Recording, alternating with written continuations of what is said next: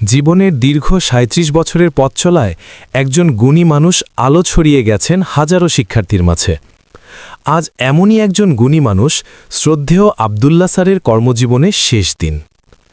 শাহগঞ্জ উচ্চ বিদ্যালয় ও কলেজের সাথে জড়িয়ে আছে শ্রদ্ধেয় আবদুল্লাহ স্যারের জীবনের সবচেয়ে সুন্দর অধ্যায়। দীর্ঘ কর্মজীবনে শুধু পাঠ্য বই নয়, তিনি শিখিয়েছেন শৃঙ্খলা, নৈতিকতা আর জীবনের সঠিক পথ। ২০২৬ সালের ২রা ফেব্রুয়ারি ছিল তার শিক্ষকতা জীবনের শেষ কর্মদিবস।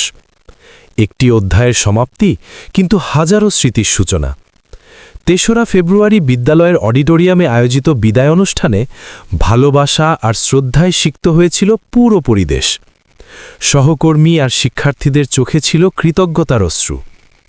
সময় হয়তো তাকে অবসর দিয়েছে, কিন্তু একজন শিক্ষক কখনো অবসর নেন না। তিনি বেঁচে থাকেন তার শিক্ষার্থীদের স্বপ্ন আর সফলতার মাঝে। স্যার, আপনার প্রতি আমাদের শ্রদ্ধা ও ভালোবাসা চিরন্তন।